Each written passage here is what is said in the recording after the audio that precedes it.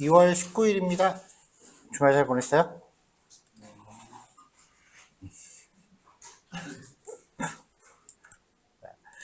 자, 지난 시간에 우리가 잔차 분석이라는 것까지 했었죠. 오늘은 이제 예고했던 대로 지난 시간에 했었던 잔차 분석이라는 거를 이제 모듈화를 한번 시도를 해볼 거고요. 그 다음에 여기까지 내용을 이제 접목을 해서 또 예제 하나 풀어볼 거고요.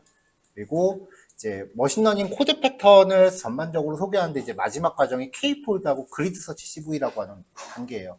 이거는 통계학적인 부분이라기보다는 약간 좀 프로그래밍적인 그런 특성이 좀 심한 큰 부분인데, 여기까지 하면 이제 머신러닝 알고리즘만 교체하면 거의 대부분의 로직들을 처리할 수 있게 돼요. 사실 그리드 서치 이따가 설명하겠지만 그리드 서치 CV는 선형에게서는 크게 의미가 없어요. 네, K폴드를 쓸 때보다는 K폴드랑 그리드 서치 CV를 같이 쓰는 게 그래도 좀 완성된 코드 형태에 가깝기 때문에 이렇게 처리를 할 거고요. 그리고 나서 이제 요게 처리가 되고 나면은 우리가 만들어졌었던 모듈에 얘를 접목을 한다면 또 모듈 기능이 또 대거 수정이 들어가요. 오늘도 상당수 수정이 되어 있긴 하고요. 그래서 이제 최종적으로 그 의료비 예측 연습 문제 그 예제 한번 풀어볼 거고, 아마 연습 문제 풀이는 그 뒤에나 진행하게 될 것 같아요. 그러고 나서 이제 나머지 그 회귀 모델들을 소개할 건데, 얘네들은 예제가 이렇게 많이 들어가진 않아요. 많아야 한 두세 개 정도 들어갈 거예요, 단원별로. 자, 뭐 이렇게 지금 오늘 내용을 그 체크를 해갖고 왔는데, 요 정도 하면은 오늘은 뭐 크게 QGIS까지는 뭐 마지막 시간에 안 해도 될 것 같아서 일단 오늘은 요 내용들만 충분히 소화하는 걸로 목표를 잡을게요.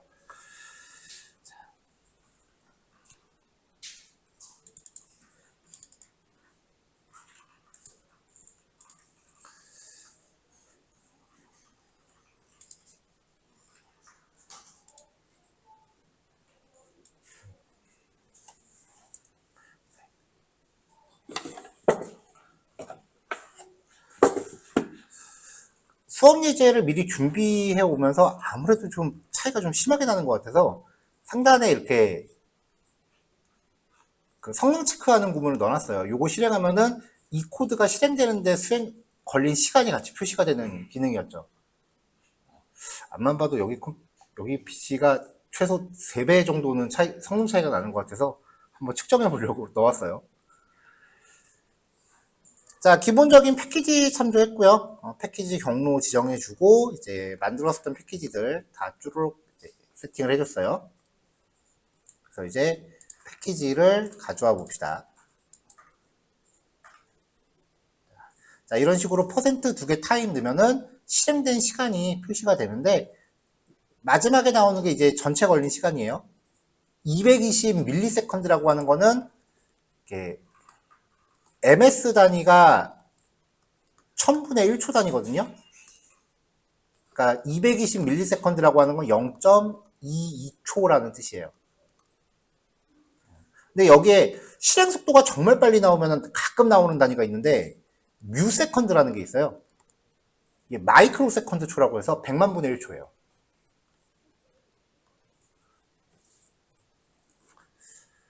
자, 데이터도 가져와 봅시다. 자, 정보 출력하는 거는 꺼놨고요. 뭐 익숙한 데이터니까. 그리고 선형외계 분석 코드도 우리가 지난주에 하면서 이런 정보들을 빼고 하는 게 가장 적합한 것 같다라고 결론을 내놨잖아요. 그래서 이 결론을 바로 이제 처리를 할 건데, 불필요한 필드 제거하고 그 다음에 데이터 분할하고요. 그리고 선형외계를 돌렸어요. 자, 그 마이 리니어 레그레이션 쪽에 몇 가지 추가되는 내용이 있을 거예요, 오늘. 첫 번째가 여기서 그래프 사이즈하고 DPI 값을 파라미터로 넣습니다.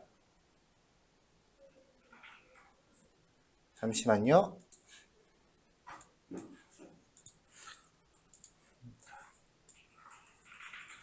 자, 그래프 사이즈에 대한 파라미터를 추가를 좀 했어요. 그래서 성능에 대한 좀 절약을 꾀한다라고 하면은 DPI 값을 100으로 주세요. DPI 값이 크면 출력 성능에 좀 영향이 좀 있어요. 그럼 이제 요 두 가지 파라미터를 리니어 레그레이션 쪽에 추가를 해야겠죠. 저거 말고도 추가된 파라미터가 있긴 한데,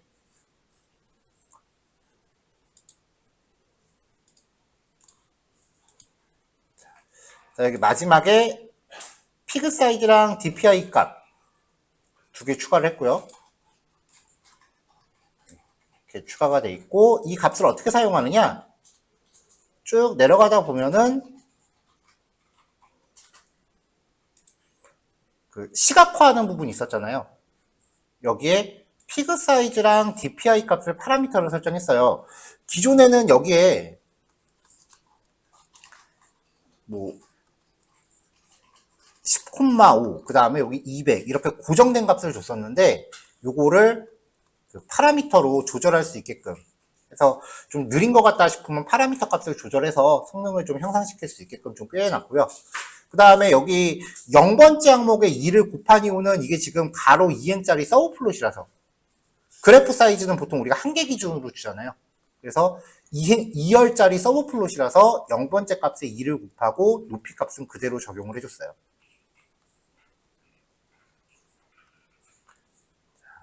그래서 이 부분에서 수정이 있다라는 거 체킹하시고,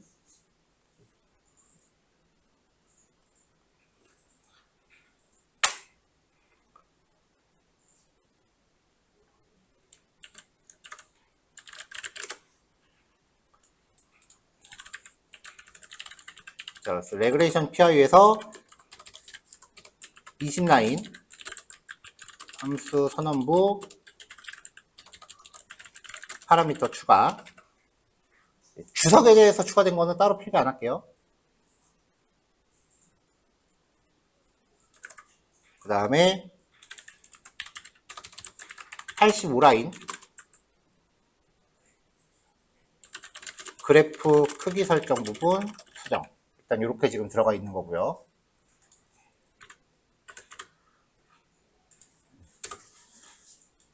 모듈 쪽은 변경된 부분은 따로 이렇게 메모장에 적어가면서 설명할 테니까 정리하시면 되고요.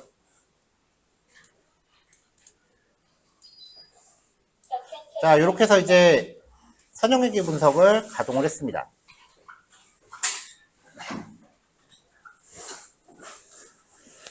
자, 분석 결과는 뭐 익히 아는 거니까, 뭐 따로 체크는 안 할 건데, 이제 이걸 가지고 잔차 분석을 하려면 알고 있어야 되는 정보가, 첫 번째는 X값, 이거 훈련 데이터랑 검증 데이터가 필요하고요. Y에 대해서 훈련 데이터, 검증 데이터가 필요하고, 요거 두 개는 변수가 위에 사실 있기는 하죠. 근데 이것저것 분석하다 보면은 이 변수 이름이 또 다른 값으로 바뀌거나 헷갈릴 수도 있어요. 그 다음에 잔차 값이 필요하죠. 이거를 위에 소스 코드에서 변수 이름을 계속 찾는 게 코드가 길어지다 보니까 좀 녹록지가 않더라고요. 그래서 103라인은 조금 이따 추가할 거고, 111라인 쪽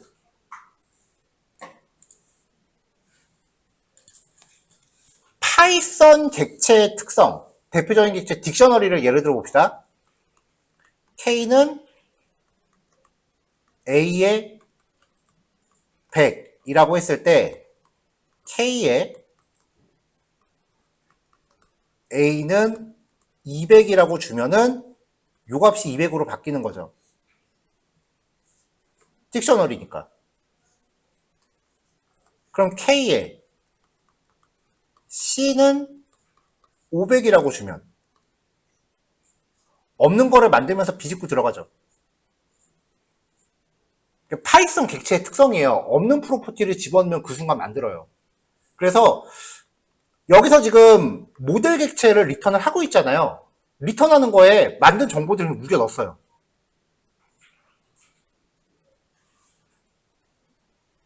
그래서 P.X 트레인, P.Y 트레인, P.X 테스트, Y 테스트. X 트레인에 대한 예측치. 그 다음에 훈련 데이터에 대한 예측치, 검증 데이터에 대한 예측치, 훈련 데이터 잔차, 검증 데이터 잔차 해갖고 그냥 다 우겨 넣었어요.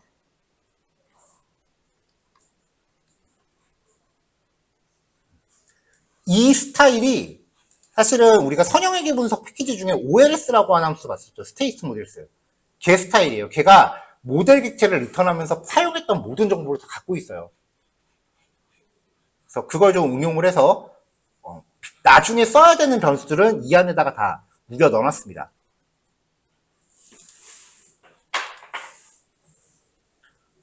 그러면은 여기 위에서 무슨 변수를 만들었건 상관이 없어져요, 이제. 이 fit이라고 하는 객체를 리턴 받으면은 그 다음부터 필요한 후속 절차는 이 fit 객체에 다 들어있어요.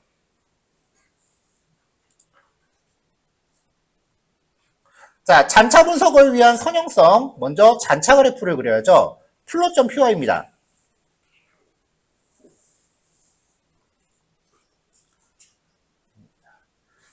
자, my RESID 플롯. 일단 요거부터. 112라인. 도출된 결과를 회계 모델에 포함시키는 부분. 요거 추가되고요.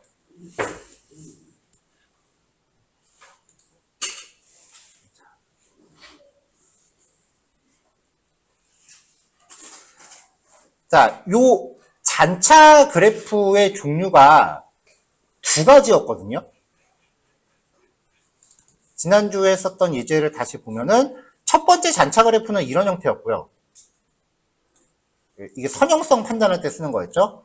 두 번째 잔차 그래프는 정규성 판단할 때 쓰던 이 MSE 값을 가지고 잔차들이 몇 퍼센트가 포함되어 있는지 요거를 도출하는 기능이었어요. 근데 이게 기본적으로 이 RESID 플롯, 시본이 갖고 있는 RESID 플롯을 쓰면은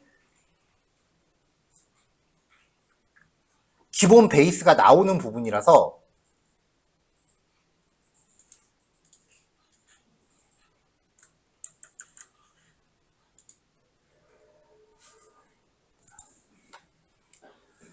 자, Y값에 대한 관측치와 예측치를 파라미터로 받아서 잔차는 이 안에서 계산을 시켰어요. 그래프 초기화하고 RESID 플롯을 주면서 X축에는 예측치, Y축에는 잔차 걸고 이게 잔차 그래프의 베이스예요.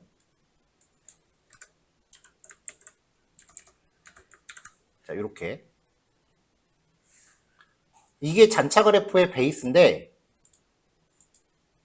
그러면은 이렇게 표시를 해줘요. 0을 지나는 점선을 그려주고 잔차를 이렇게 퍼뜨려 준다고요.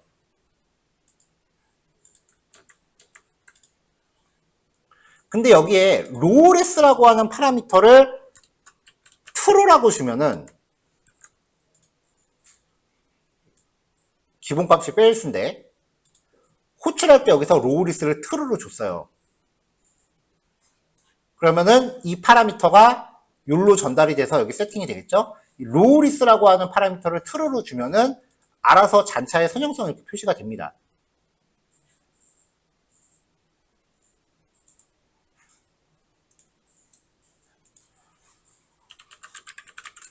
그리드 정도는 있으면 좋을 것 같아서 plt.grid 걸어서 이렇게 선형성 그래프 처리를 했고요.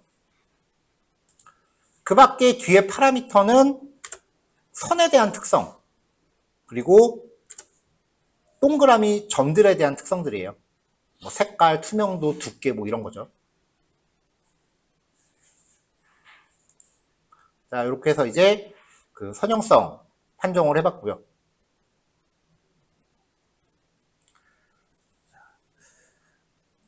그 다음에 이제 정규성 판정. QQ 플롯이 하나 있었죠.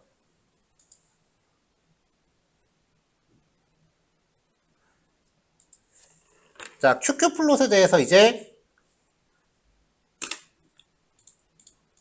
코드 아까 손본 것 좀 원래대로 돌리고요. 얘가 시리즈인데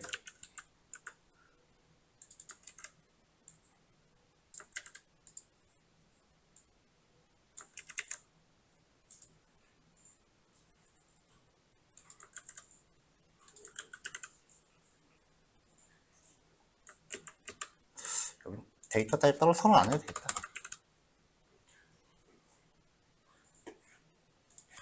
자, QQ 플롯을 그리는데 그래프 초기화하고 이제 플롯이라는 함수한테 Z스코어라는 값을 계산해서 주는 거였죠.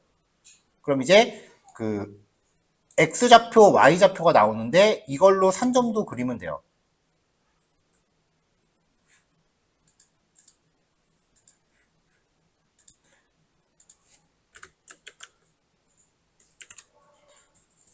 자, 이걸로 산점도를 그리면 돼요.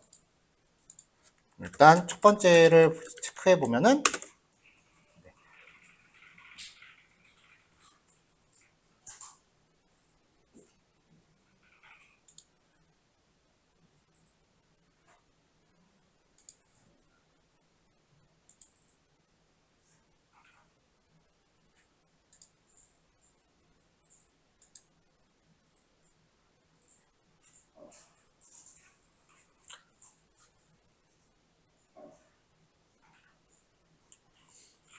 자, 이렇게 나온단 말이죠.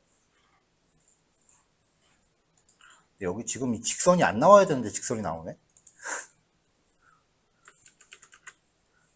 이 직선이 안 나와야 되는데 지금 이 코드 주석으로 막아놓은 게 지금 인식이 안 됐나 봐요. 요 직선은요, 요 직선은 항상 그냥 y는 x 직선이에요. 그러니까 x가 마이너스 3일 때 y도 마이너스 3인 거고 x가 0일 때 y도 0이에요. 그러면은 요 직선을 그리면서 판단해야 되는 거는 요 점들이 어떤 경우는 여기까지만 나올 수도 있을 거 아니에요. 어떤 경우는 여기까지만 나올 수도 있을 거고요. 그럼 이 직선을 과연 내가 얼마부터 얼마까지 그릴 거냐. 어떤 경우는 마이너스 1에서 1 사이를 그릴 수도 있을 거고 어떤 경우는 마이너스 10에서 7 정도까지 그릴 수도 있을 거예요.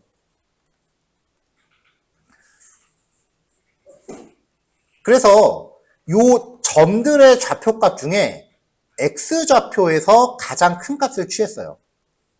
x의 맥스를. 그럼 여기 소수점이 어느 정도 나오겠죠? 이거를 이제 올림을 하고 싶어서 0.5를 더한 다음에 라운드를 쳤어요. 반올림할 때 0.5 더해서 반올림하면 무조건 올림됩니다. 그러면 정수 단위로 떨어지겠죠, 3으로.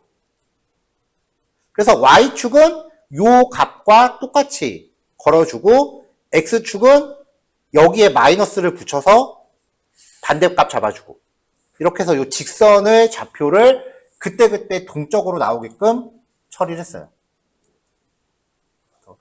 마이너스 K부터 K까지 마이너스 K부터 K까지 그러면 X좌표가 마이너스 K부터 K까지니까 첫 번째 직선의 출발점이 여기고요. 그 다음에 두 번째 직선의 두 번째 종착점은 여기겠죠. 이거 말고 QQ플롯을 그냥 플롯에다가 PLT 파라미터 주면 한 번에 나오기도 하는데 그게 좀 안 이쁘더라고요. 그럼 직접 그렸고요.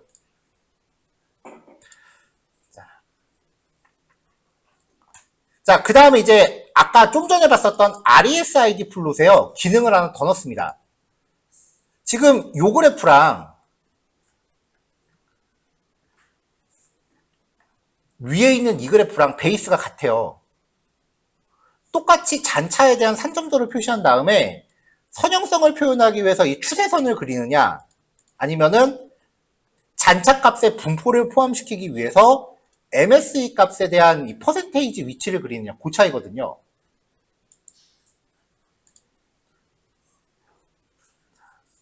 그래서 아까 이 로우리스라고 하는 이 파라미터를 설정하면은 잔차의 선형성을 처리하기 위한 값을 표시했고요. 그 다음에 MSE 값을 true로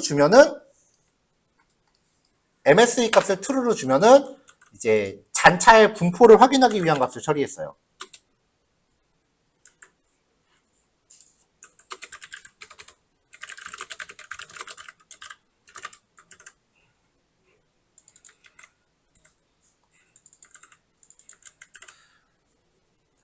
자, 그래서 RESID 플롯을 체크한 다음에 만약에 MSE 값이 true라면 mean squared error MSE 값을 산정을 했고요. 여기에 루트를 씌웠습니다. 전에 했었던 처리 있죠?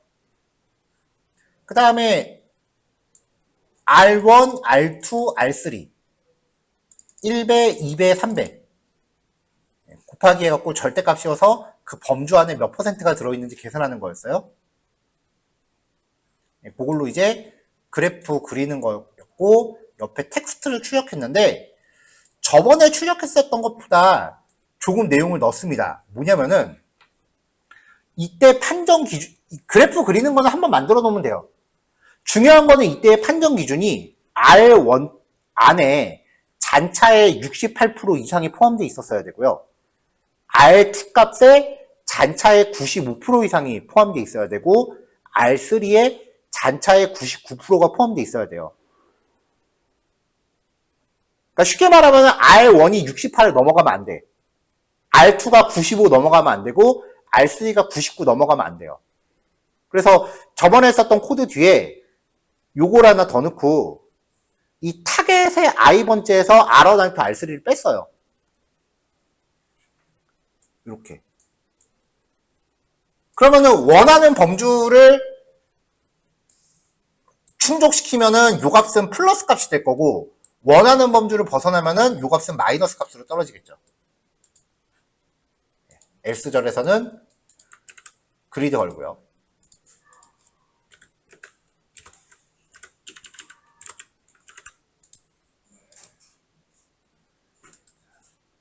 모듈 바뀌는 거 인식을 못하네.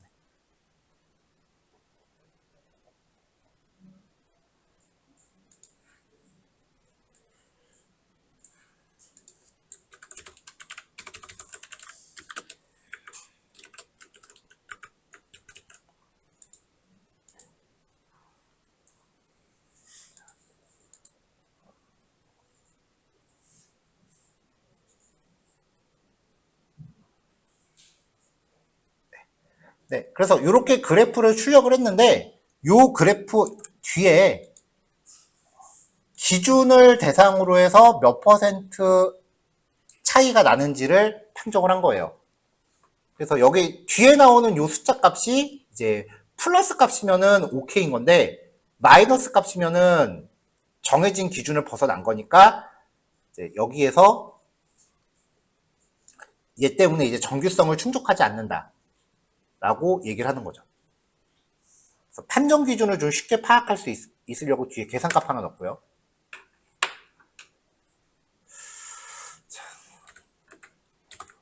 자, 마지막으로 my RESID 그 노멀리티 얘는 이제 정규성 검정하는 거였는데요.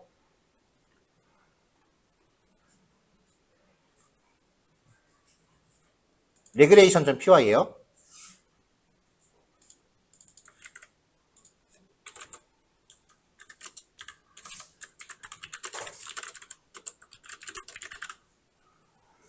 조금 전에 했었던 그 그래프에서 사용했었던 공식들만 처리를 해서 비율값 계산해서 텍스트로 출력하게 하고요. 그래프 안 쓰고 싶을 때도 있을 거 아니에요.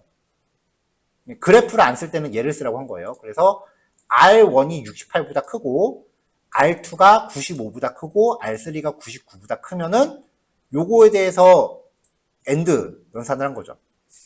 잠깐만, 근데 크다가 아니지? 아, 맞구나. 네.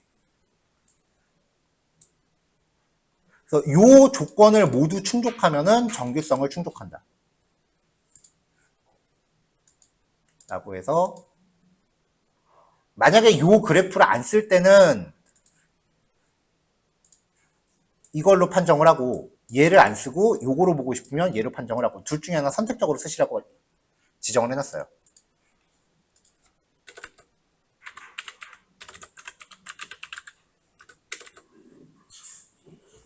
자, 그래서 플롯.py 쪽에서도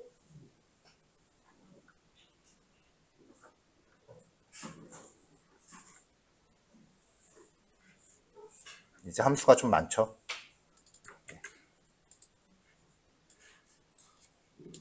405라인에 myRESID 플롯 함수 추가. 그 다음에 408라인에서 myQQ 플롯 함수 추가.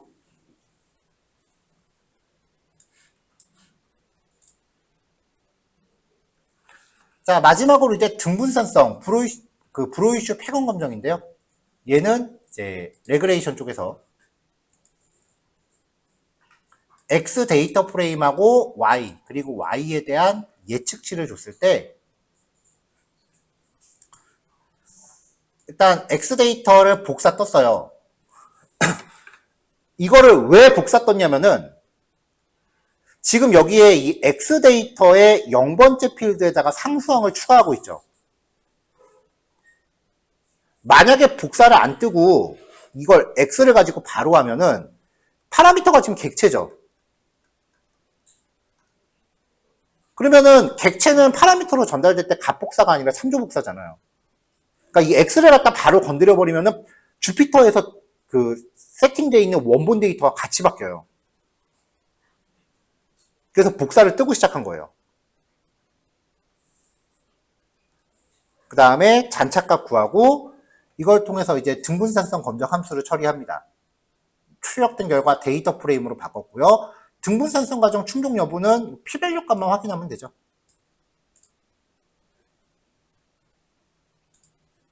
이렇게 해서 이거 출력했고요. 마지막으로 독립성 같은 경우는 그냥 주비나슨 값 확인하면 되는 거니까 함수한테 y 값하고 그 다음에 y 예측치. 잔차 값은 직접적으로 여기서 계산 안 하려고 계속 노력했어요. 함수 안에서 계산시키려고. 여기서 잔차 값 뽑아서 주비나슨 처리하면 되고요. 그리고 자, 이렇게 해서 이제 지난 시간에 했었던 거 모듈화를 쭉 진행을 했고요. 근데 이 잔차 검증을 하다 보면은 사실 이게 저도 체킹하다 보니까 저랑 비슷한 생각을 하는 사람들이 있어서 내용을 좀 편집을 해서 가져왔는데 결국은 잔차 검증은 시각화 위주로 되다 보니까 주관적으로 들어가는 경우가 꽤 많거든요. 그러니까 명확한 p-value를 뽑는 방법이 분명히 있기는 해요. 뭐 수업에서 소개는 안 했지만 차이 검정이라는 것도 있고 뭐 몇 가지가 더 있기는 해요. 근데 대부분 주관적으로 판단을 해요. 이거를 굉장히 명확한 수치값으로 뽑아내기를 요구하는 시점이 분명 올지도 모르겠지만 그러면은 대부분 통계 데이터는 거의 다 그 가정을 충족 못하고 넘어갈 거예요. 그래서 현재의 회계 분석에서는 잔차 검정을 그렇게까지 까칠하게 하지는 않아요.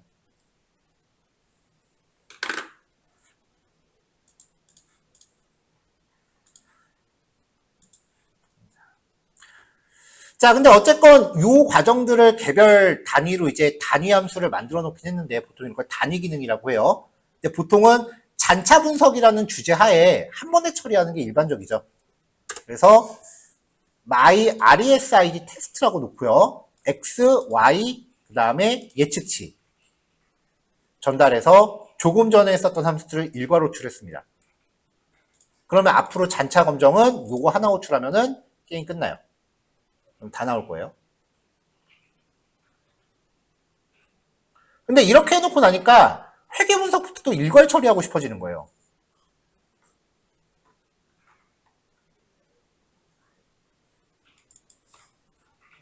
잠깐만. 레그레이션에서 이 함수도 추가하고요.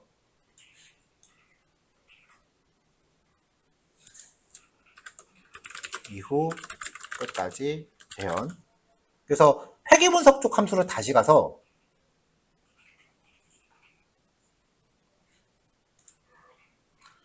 파라미터를 RESID 테스트라는 파라미터를 일단 fails로 줬어요.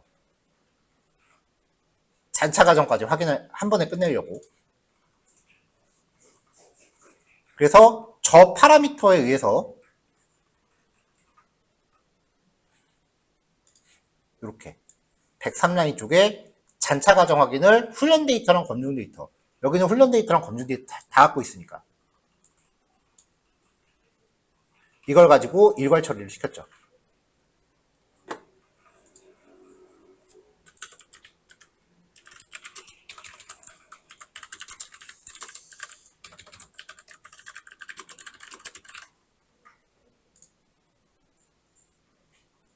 자, 마지막으로 요거는 딱히 지금 수업 예제에서 쓰이진 않았는데, 회계 분석 모듈에서 이렇게 사용된 변수 값들을 이렇게 다 집어넣고 나니까, 리포트를 하는 부분에서도 다른 변수 값들을 되게 도출하는 것들이 많잖아요. 그래서 리포트 쪽에서도 이 도출된 값들 이렇게 추가를 해줬어요. 여기도 마찬가지예요. 지금 이 fit이라고 하는 게 객체잖아요. 그러니까 이 안에서 값을 넣어주면 바깥에 주피터에서도 그대로 이어서 쓸 수 있어요. 보통 이런 것들을 그 옛날 코딩들을 아웃 파라미터라고 불렀는데 요즘은 참조 파라미터라고 많이 불러요. 그래서 253라인에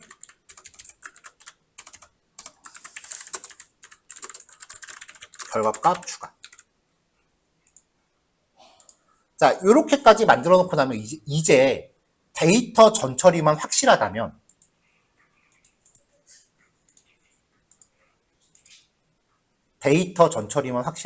이제 요거 한 줄이면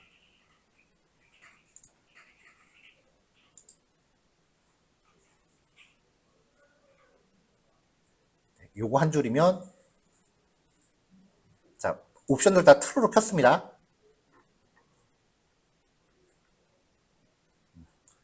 분석하고 결과 보고 나오고 검증 데이터 결과 보고 나오고 시각화 데이터 표시해주고 그 다음에 훈련 데이터 잔차 과정 확인해주고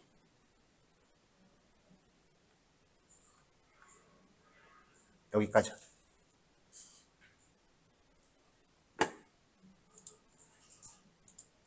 근데 이게 이제 어디에서 그 영감을 받은 거냐면은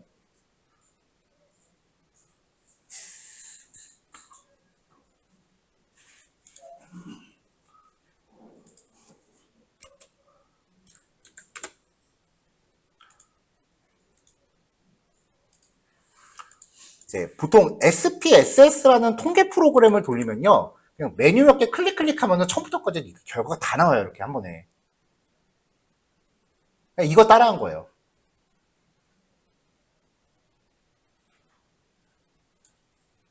얘가 진짜 클릭 조금 하면은 몇 개 하면은 그냥 알아서 다 해버리기 때문에 이거를 그대로 재현을 한 거예요.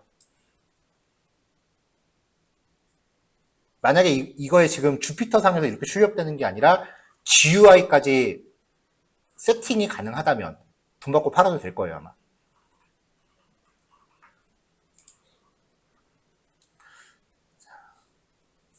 자, 출력 모두 지우고 일괄 실행 한번 해볼까요?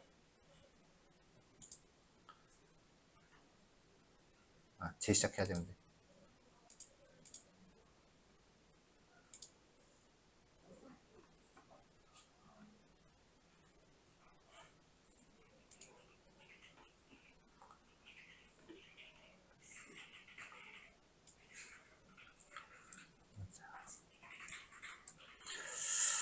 자, 지금 이 오른쪽이 제가 집에서 미리 실행해 온 거고요. 이건 지금 학원에서 지금 돌린 거고요. 패키지 참조하는데 183ms고 얘는 551 마이크로 세컨드니까 거의 최소 100만 배 차이인 건가? 실행 속도. 뭐 라이브러리 차이는 그렇다 치고. 데이터 불러오는 건 여기가 저희 집보다 인터넷이 좀 더 빠른 것 같아요. 그 다음에 선형회계 분석 3초, 얘는 2.27초. 차이점이 있다면 여기는 DPI 100으로 걸었고 여기는 DPI 지금 200으로 걸었어요. 실제로는 거의 2배 이상 차이 나는 것 같고 115ms 69. 다음에 정교성 부분도 335, 251. 1.58, 1.38. 독립성 체크는 0, 거의 완전 시간이 안 들었네. 얘는 241 마이크로 세컨드. 그래서 최종 일괄 처리했던 거 보면은 3.23초. 얘는 4.16초. 그러니까 다소 성능이 좀 떨어지긴 하네요.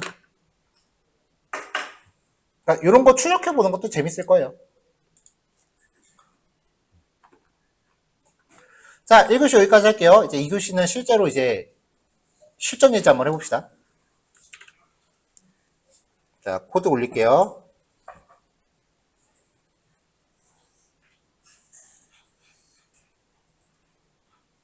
네, 다 올라갔어요.